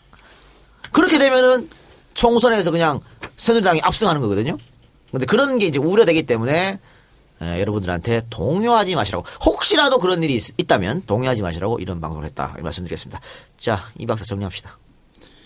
첫째, 도끼만행 사건은 북한에 정말 용납 못할 진짜 갓나 새끼들이 그냥 저지른 진짜 비인륜적이고 굉장히 나쁜 범죄 행위고 이거는 나중에 혹시 통일된 다음에도 뭐 그 공소시효가 있을지 모르지만 파헤쳐 봐야 된다고 봐요.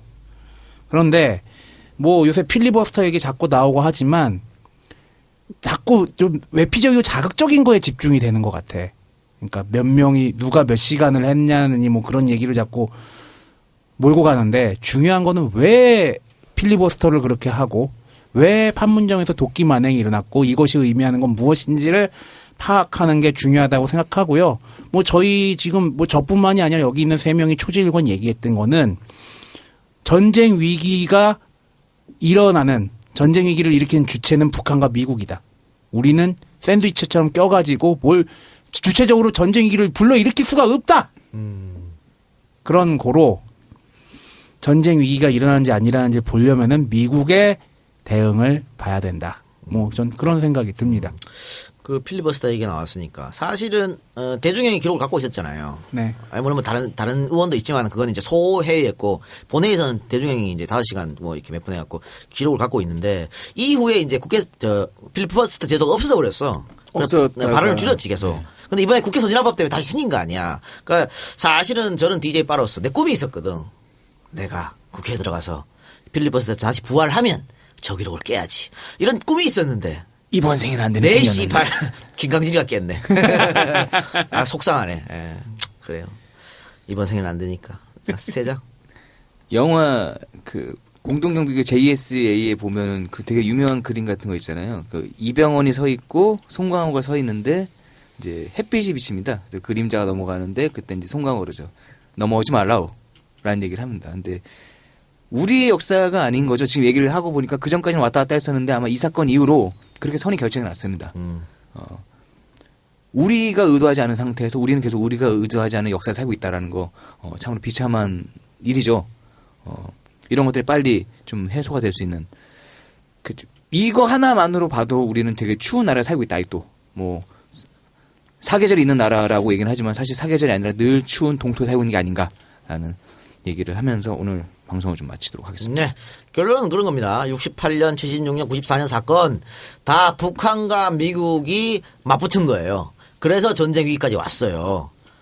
지금은 이 상태에서 북한과 미국이 맞붙을 일이 있나? 없잖아.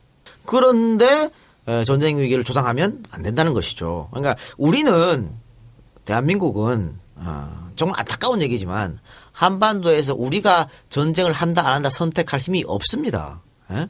없어요. 그러니까 미국이 하는데 따라가 움직일 수밖에 없는 그런 정말 안타까운 일이지만 그럴 수밖에 없어. 그걸 극복하고 우리 정말 주체란 말쓰면 안 되지. 우리가 자주 국방. 자주적으로 국방을 얻으려면 전자권 갖고 와야 되는 거예요. 그렇지 않아? 근데 갖고 오기로 했는데 왜 또 그걸 반납을 해가지고 그러면 우리 자주 국방을 할 수 있어요? 어? 그냥 맨날 앉아가지고 부들부들 떨기만 하고. 이게 무슨 독립국가야. 그러니까 새누리당과 우리나라 수구 세력들이 얼마나 이율배반적인 행위를 하는지가 여실히 드러나는 거죠. 정말 대한민국 보수가 진짜 보수라면 다른 건 다 떠나서 전자권을 가지고 와야 돼. 그게 보수의 가치야. 그치. 그것도 없는 새끼들이 뭔 보수라고 씨발 진짜.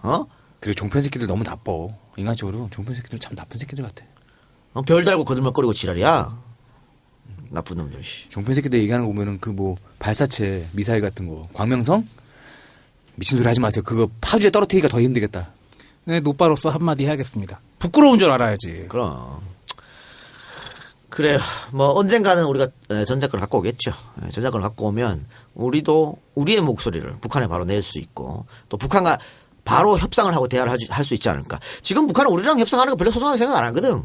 미국과만 얘기하려고 그런 거 아니야. 통미봉남. 가끔 이제 이 작가가 어떤 주제를 갖고 결정을 해서 방송을 하고 나면 그 다음에 몇 주 있다가 그게 맞으면 이 작가가 막 흐뭇한 미소를 짓잖아. 겁빨 새끼들아 내가 맞췄잖아 얘기하는데 요런 추측들은 안 맞는 게 좋죠. 안 맞는 게 좋죠. 이런 거는 맞지 않는 게 좋습니다. 안 맞는 게 좋습니다. 맞더라도 역풍이 불 것이다. 이런 말씀을 드립니다. 이제 예전 국민들이 아니야. 방공 웅변대회하고 방공 포스터 북한 규탄대회 그런 국민들이 아닙니다. 그러니까 북풍 부리면 바로 역풍이 부니까 관계당국은 잘 생각해 보시기 바랍니다. 근데 걔네 매뉴얼이 워낙 옛날 거라서 모르지 뭐. 그래요. 자, 엔젤 펀딩 소개하면서 방송 마치도록 하겠습니다. 제공 서창우 후원 이민경 김미경 이상입니다. 고맙습니다. 고맙습니다. 감사합니다.